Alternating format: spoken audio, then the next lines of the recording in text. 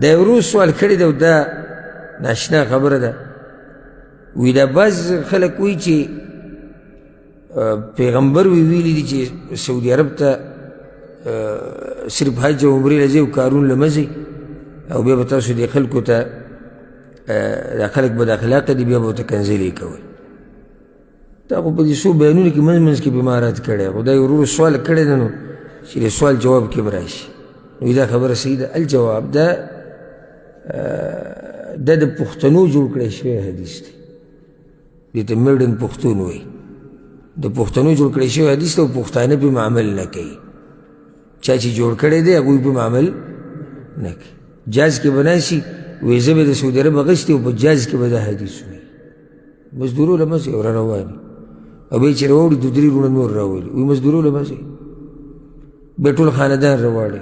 شپېته کاله عمر یې پروت وي بابا نه ځي کلي ته یاره به ګورو کنه لږه او دا حدیث کې راغلي چې ګورې دغه له به نه ځئ مزدورو له. د کوم ځای نه دا حدیث راوړی دی دا خو نه سرشت دی نه خپېشت. په پیغمبر صلی الله علیه وسلم باندې دروغ تپل د الله نه یره پکار ده. بله دا چې د سعودي عرب د پیغمبر صلی الله علیه وسلم په زمانه کې و چې هغه وایي سعودي عرب ته مه ځئ. په هغه ټیم کې خو به دې علاقو ته به حجاز وي نجد به وي دا خو به علاقې په دې مشهورې داسې ملک خو نه و چې سعودي عرب به ورته ویلی کېږي. خو وروسته سعودي عرب بیا یو ملک شو.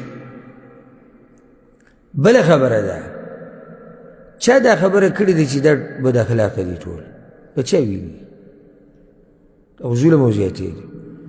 هر قوم کې ښه او بد دشتي. ولې زمونږ پښتانه لرې به نه ځو.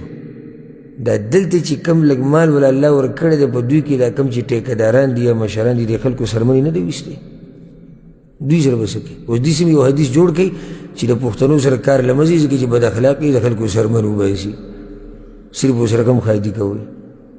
اوس به یو داسې حدیث جوړ کړئ. دا پالتو خبرې چا ویلي چې سعودیان ټول بد اخلاقه دي. شتي پکې بد اخلاقه ښه خلک پکې ډېر دي موحدین دي دینداري به دې ملک کې ده. څومره ملکونه چې اسلامي ملکونه په دنیا کې دي داسې دینداري لکه څنګه چې دلته دا د یو اسلامي ملک کې نشته. یو سړی به وایي پلاني ځای کې پلاني ګوره انسانان کمزوري دي. لږ ساعت مخکې ما د کوم صحابي قصه ذکر کړه اوس یې تېره شوې معز رضی الله عنه غلطي ترې نه وه شوې. نو دا خو څوک نشي ویلی چې دوی دپاره کمال دی او دا د ګناهونو نه پاک دي. نو دا خبره هسې پالتو خبرې دي. یو وخت کې دلته هغه څه وخت کې چاپې اچولې وه ډېرې سختې هغه دیرو ته به ورننوتو دا پولس. یو کس راته قصه کوله وي زمونږ یو انډیوال وي هغه شین ونده کې ډرام نه هغه دغه چې پکې لګي دا بیلټیانې وي په هغې کې پټ شوی وی هغه هم باید به درې ورځې بعد موږ سره مجلس کې ناست ډوډۍ مو خوړه وي دا حدیث یې بیانوي چې مزدورو له به ځئ. ما ورته وایي ته خبر اوس په ډرام کې ناست وي.